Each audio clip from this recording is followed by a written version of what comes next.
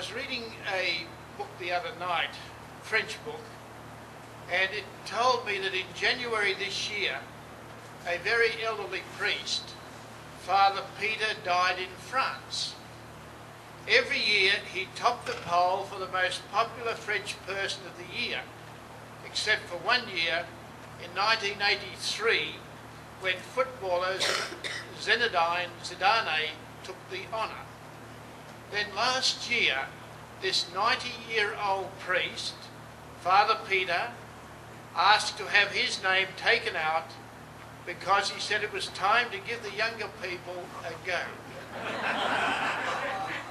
So you might be wondering what it was about this priest that the whole of France admired so much.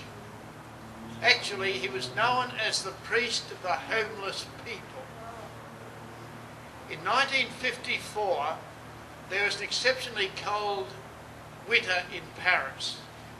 A young homeless woman froze to death while sleeping on the footpath. Put in a prayer there that no one's going to freeze to death tonight. Father Peter went on radio and spoke of his outrage that in a rich city like Paris, any person at all would be homeless. So he called for a revolution, and you know yourselves how enamoured the French are of revolutions.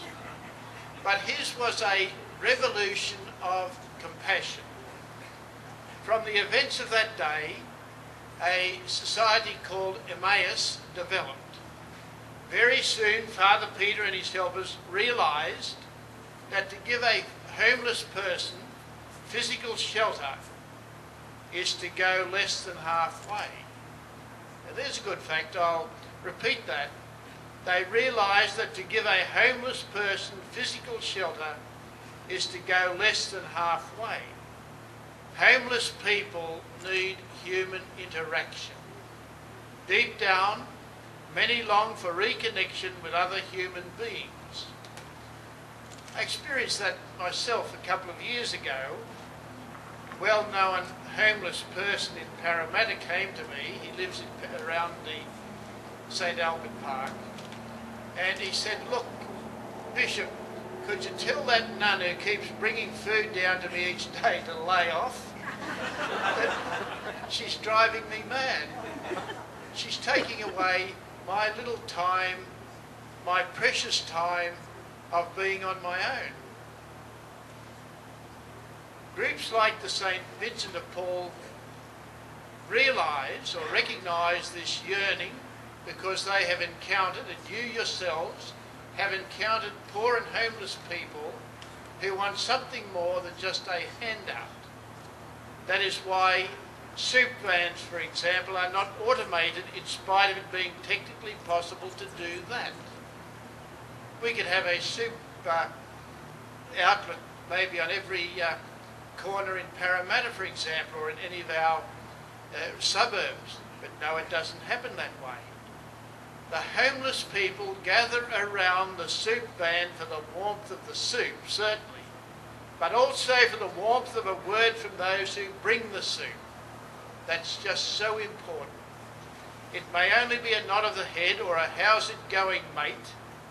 but those gestures and words say clearly to the homeless person that he or she is recognised as a brother or sister, a person of immense human dignity and as precious to God as you or I.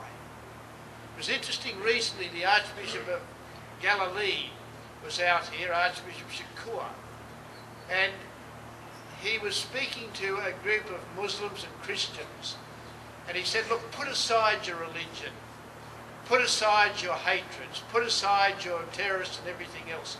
He said, "Recognise from the book of Genesis that God said, 'I will make man in my image and likeness.'"